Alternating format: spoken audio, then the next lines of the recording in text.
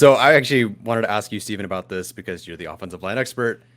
So Chase Young rushed with an outside move 30.1% of the time last season, but he Yeah. was way more effective with an inside move. His win rate and productivity tripled compared to his outside move. I don't know exactly what those were. I just Wow. know it's charted as outside or inside.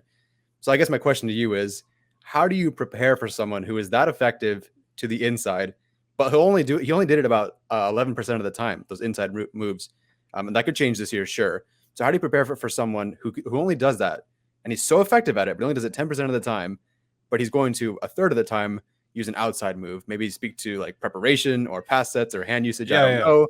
Like, how do you? I mean, obviously, how do you stop Chase Young? Good luck. yeah. But like, what would you do in that situation?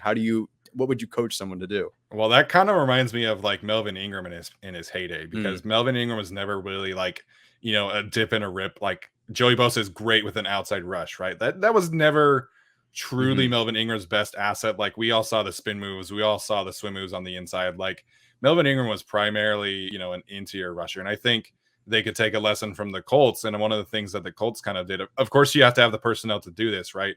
hmm But you slide protection to Chase Young's side, and that leaves Brian Bulaga or whoever is right tackle on an island against the opposing defensive end, which I am comfortable with Brian Bulaga against Montez Sweat if he's healthy.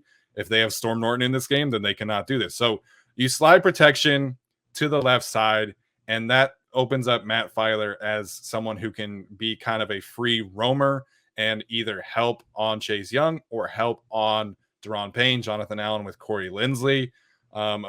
And that's really kind of how you protect that, because the thing that the Colts did against the Chargers, which was so good, is that Quentin Nelson was the free roamer of the offensive line. They would slide protection to the left every time.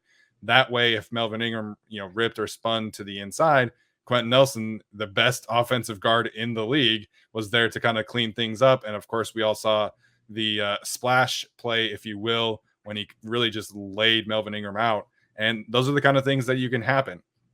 I think that's more of what I would do. And then I would kind of leave a tight end on the opposite side to help out.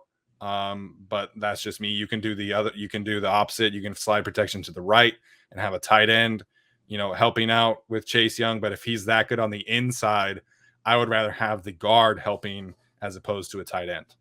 What a great answer, man. That is so good. I'm so proud of you, man. That was fantastic. Thank you. That was impromptu. Didn't prepare from that. Very good. Thank you. I appreciate that.